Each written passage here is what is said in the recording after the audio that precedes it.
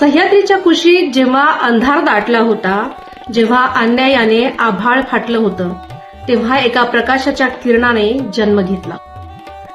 तो केवळ एका बालकाचा जन्म नव्हता, तो एका युगाचा जन्म होता. 19 फेब्रुवारी 1630 शिवनेरीच्या नागरखान्यात सनईचे सूर उमटले.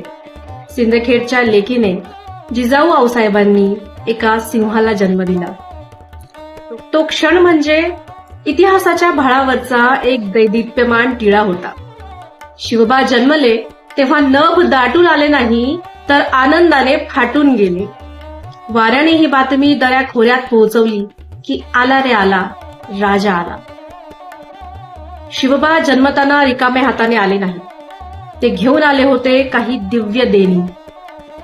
जिद्द, अंगात सळसळणारं रक्त आणि कपाळावर विजयाची आळी घेऊन ते आले. हाताच्या मुठीत गरिबांच्या रक्षणाचे आणि दुष्टांच्या विनाशाचे जणू वज्र घेऊन ते अवतरले.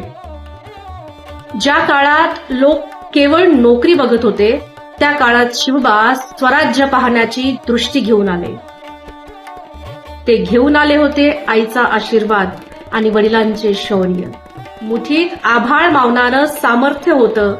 डोळ्यात रयतेचं स्वप्न यथार्थ होतं.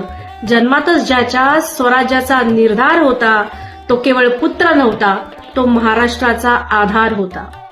शिवबांनी या मातीला काय दिले याचे उत्तर केवळ शब्दात मावणार नाही. वाकलेल्या पाठीच्या कण्याला ताठ करण्याचे बळ त्यांनी दिले. माझ्या माता भगिनींकडे वाकड्या नजरेने बघण्याची कुणाची टाप नाही, हा विश्वास त्यांनी दिला. राजांनी केवळ राज्य केले नाही, तर रयतेचे राज्य स्थापले. त्यांनी या देशाला मराठा नावाची एक अजिंक्य ओळख दिली. मृतांच्या राशीत त्यांनी प्राण फुंकले. गुलामांच्या हातांनी किल्ले उभारले. ज्यांनी कधी शस्त्र पाहिले नव्हते, त्यांनीच मुघलांचे तख्त हलवले. आज शतके उलटली, पण शिवबा आजही प्रत्येक श्वासात आहेत. ते केवळ इतिहासात नाहीत, ते वर्तमानाची प्रेरणा आणि भविष्याची दिशा आहे. निश्चयाचा महामेरू, बहुत जनांसी आधारू, अखंड स्थितीचा निर्धारू, श्रीमंत योग.